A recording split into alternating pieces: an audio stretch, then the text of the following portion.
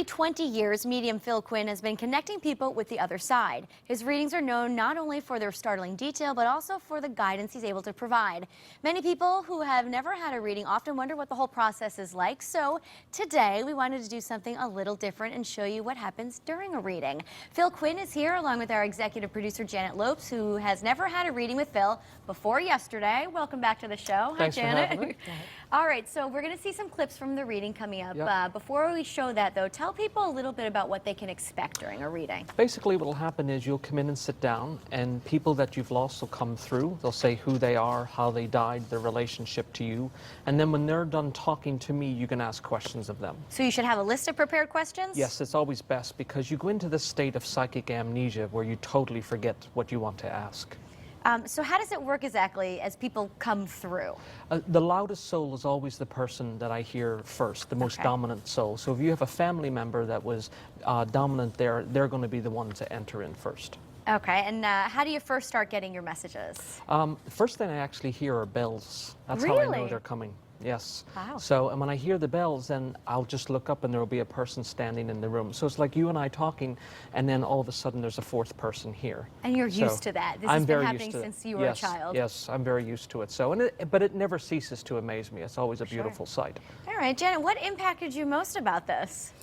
You know, I didn't know what to expect. And so when we were doing it, it was very fascinating because things just started clicking and connecting, and I was like, oh, okay. And it was just very surreal.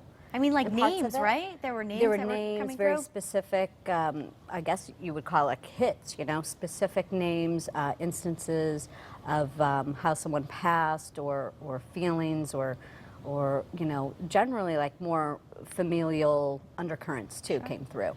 So that was really interesting. Sure. Well, let's take a look at the clip. The loudest soul is always the person I talk to first, meaning that that's the person I hear. And I scribble. It keeps me occupied. It helps me hear, believe it or not. I have female coming through as mother figure to you. Do you understand? Say yes or no. It's grandmother. Yes. It would have to be mom's mom, though. Yes. Do you know who Mary is? Or Maria? Yes. Yes. Who is she to you? My mom. This is her mother. And I have a female pass from cancer. Yes. Who's she? My father-in-law's companion. And do you know who Rose is? Yes. Passed over? No. This person's passed. Anybody else in the room? And John? Anyone know who John is? A version of John. It's either John or Jack. The Portuguese version of, Yeah. of John? Yes. Okay. Yes, they'll give it to me in English. Okay. So they will. Your grandmother's been watching you for a long time, she says. She's asking, how are you? Good. I have a young male standing with her.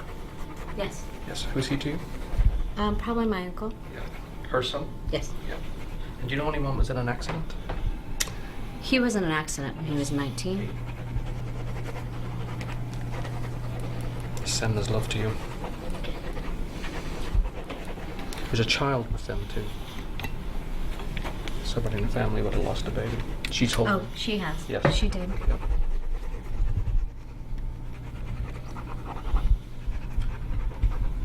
And her husband's there. Yes. Yes. Wow, that's incredible stuff. Now, you guys have never met before. We just have to reiterate that. Yeah. And this was all coming through as you sat down with Janet. Yeah. And we're not the only ones in the, in the room. There's cameramen there and stuff. So there's a lot of information coming at me at very, very fast, and I'm trying to produce this, but mostly directed toward her and filter out the other people that are there. Well, you were getting kind of responses from other people in the room. Yes, well, that's what I was saying. The cameraman's family start coming through, and there was another producer there, and her family start coming through. So it was very interesting. So typically, when it's one-on-one, it's very clear and it's easier. But when you have multiple people, now I have all these voices and souls to juggle because everyone wants to talk right away. Oh, let's take a look at the clip that we have. Did you think of all these names later? Yep. Yeah. And Robert, does anyone know who Bobby is? Yeah, over there, Connie. And did we figure out who Michael was? I still have him here. Who? Michael? Well, are Bobby and Michael related? Yep. They're brothers, Yes. but they're alive. What? Yes. But is their mom passed? Do you know? Yes. There's a woman calling for them. Hmm. Yep. She's just saying, tell them I love them. Wow, that was our producer Connie who was in the room, and you were getting. Yeah, I can't stop people from coming in. Once the doors open, then they're all going to try and sneak Do in. they and, find you? Because there's not a lot of you well, out no, there. they find you. Okay. They know you're coming to see me. So, Oh, and you've okay. been thinking about this prior to this, and because your family's always aware of what's going on with you, that they know to come that day. That's great. Now, Janet, Yeah. was there anything that clicked with you after the cameras, maybe after you went home?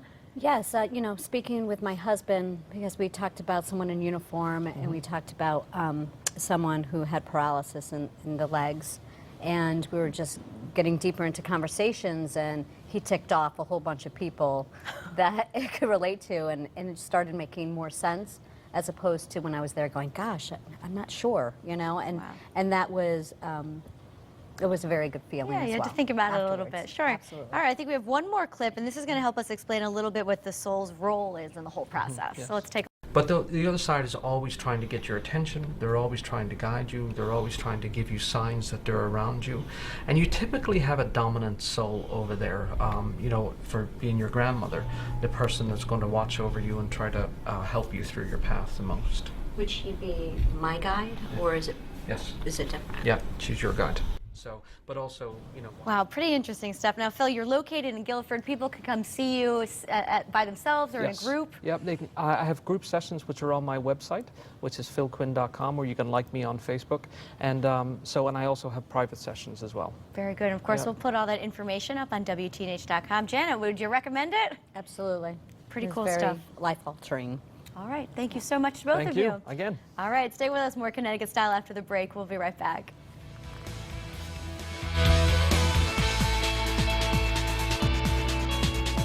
Looking